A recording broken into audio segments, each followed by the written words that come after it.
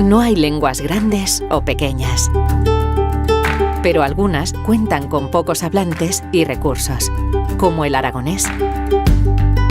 Por eso, desde 2015, trabajamos para mejorar su situación desde la Dirección General de Política Lingüística del Gobierno de Aragón. El presupuesto para nuestras lenguas ha pasado de 15.000 a 280.000 euros. El aragonés se imparte a más de 1.100 alumnos en 55 centros por 15 profesores de primaria y 5 de secundaria. Durante estos 2 cursos se han aumentado los programas escolares y de difusión. Estamos trabajando para incorporarlo a las escuelas de idiomas.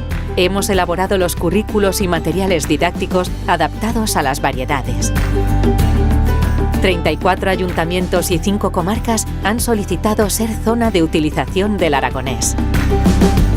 Se ha recuperado la toponimia de la comarca de Alto Gállego y de los picos de más de 3.000 metros. Hemos creado líneas de subvenciones para editoriales, asociaciones y entidades locales.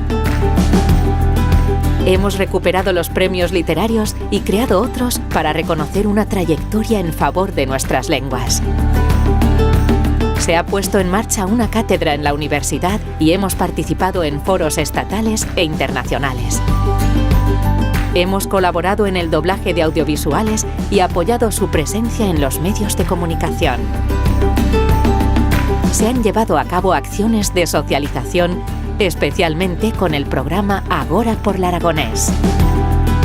Todo esto y mucho más puedes verlo en www.lenguasdearagon.org. Ara per l'Aragonés. Agora por l'Aragonés.